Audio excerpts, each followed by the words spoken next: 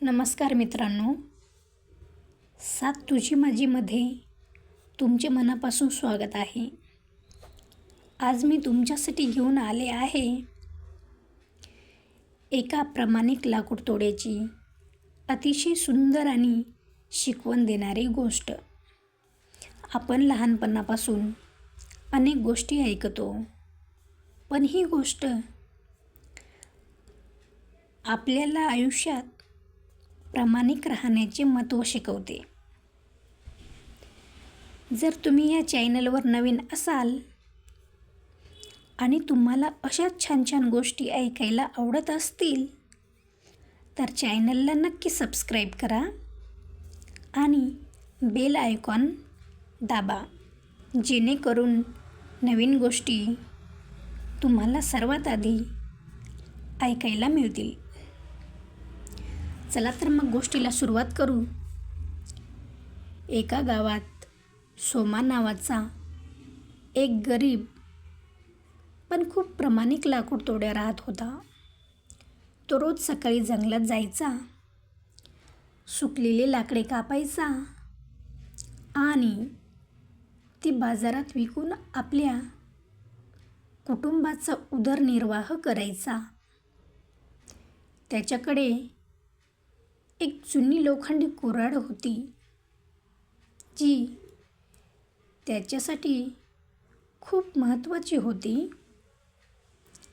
एक दिवस नदीकाठावर असलेल्या एका मोठ्या झाडाची वाळलेली फांदी तो कापत होता.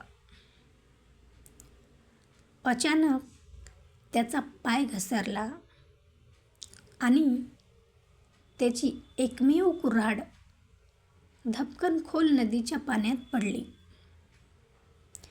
नदीचे पाणी खूप खोल होते आणि सोमाला पोहता येत नव्हते. तो नदीकाठावर बसून रडू लागला, देवा, आता मी काय करू? माझी कुऱ्हाड पाण्यात पडली. मी लाकडे कशी कापणार? माझ्या मुलांना मी काय खाऊ घालणार? त्याचा प्रामाणिकपणा आणि रडणे ऐकून नदीतून अचानक जलदेवता प्रकट झाली. जलदेवतेने विचारले, बेटा, तू का रडत आहेस? सोमाने हात जोडून सांगितले, महाराज, माझी कुऱ्हाड नदीत पडली आहे. जलदेवतेने स्मित हास्य केले आणि ती नदीच्या पाण्यात अदृश्य झाली.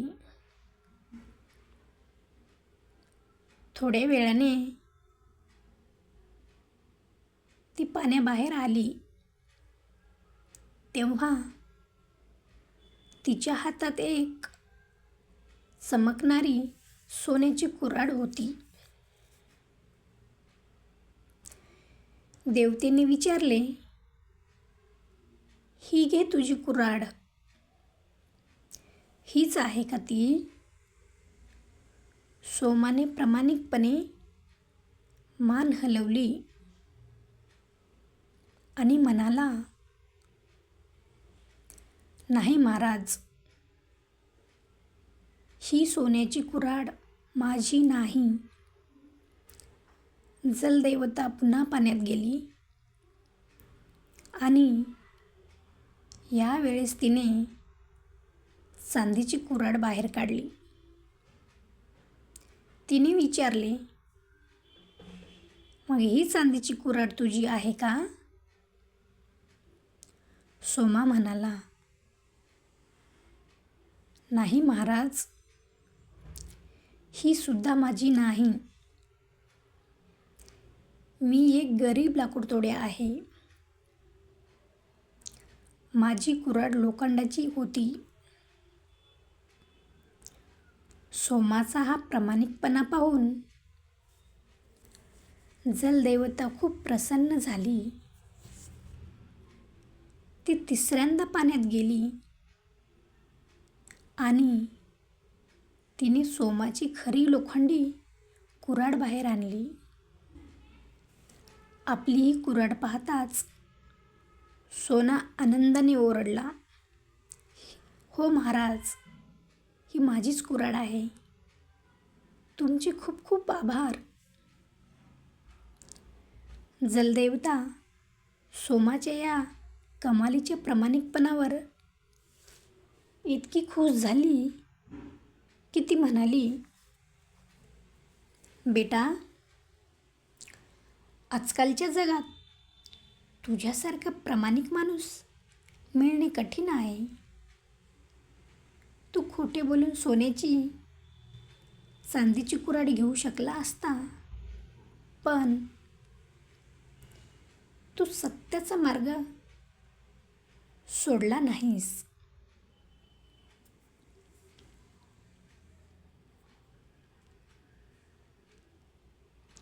म्हणून मी तुला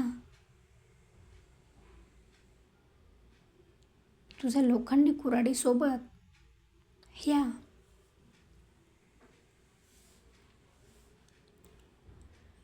सोन्या आणि चांदीच्या कुऱ्हाडीसुद्धा बक्षीस म्हणून देत आहे."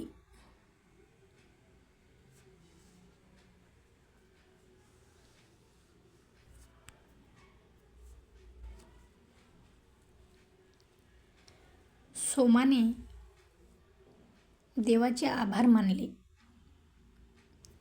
आणि तिन्ही कुऱ्हाडी घेऊन तो आनंदाने आपल्या घरी परतला. आता त्याची गरिबी दूर झाली होती, पण त्याने आपला प्रामाणिकपणा कधीच सोडला नाही. गोष्टीचे तात्पर्य: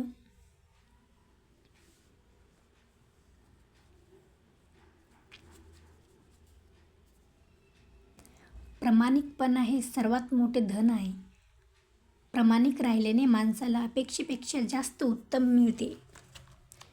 तर मित्रांनो, तुम्हाला ही लाकूड तोडायची गोष्ट कशी वाटली? मला खाली कमेंटमध्ये नक्की सांगा.